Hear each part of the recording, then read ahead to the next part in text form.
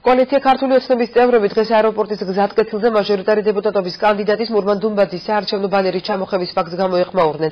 აეროპორტის გზატკეცილზე მცხოვრები თემურ კახიძე ამბობს, რომ საცხოვრებელი სახლის ეზოში განთავსებულ პლაკატთან ხმაური ოჯახის წევრებმა დილის 4 საათზე გაიგონეს, თუმცა პიროვნებების დაფიქსირება ვერ მოახერხეს. ადგილზე საპატრულო პოლიციის წარმომადგენლებიც მივიდნენ. კოალიციის წევრები წინა საარჩევნო პლაკატების ჩამოყევის ფაქტებს აპროტესტებენ და აცხადებენ, რომ ბანერები აეროპორტის დასახლებაში რამდენიმე ადგილასაა დაზიანებული. დილის 4 საათი იყო. რომ დააფიქსირეს, რომ მევიდა რაღაც ხმა ისმის, ალბათ რომ სარებით იყვნენ, ხაშრებით, თუ სარებით. და ხევდნენ და თუ მოერტყა იმას, რა ქვია, რკინას, მაშინ ხმა გამოსცემდა და ბავშვი გამოეღვიზა, გადმოხედა, რომ ამასობაში ჩაჯდნენ, მანქანაში წავიდნენ. ამას კაცი, ადამიანი, ნორმალური არ გააკეთებს.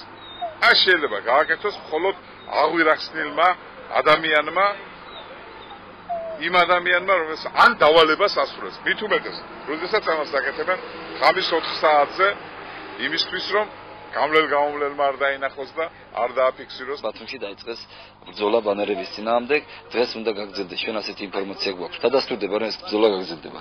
მაგრამ მიუხედავად ამისა, ჩვენ 1 ოქტომბრამდე საარჩევნო ყუთებამდე უნდა მივიყვანოთ საქმე, შვიდობიან ნორმალურ კონსტიტუციურ გარემოში უნდა ჩავატაროთ არჩევნები.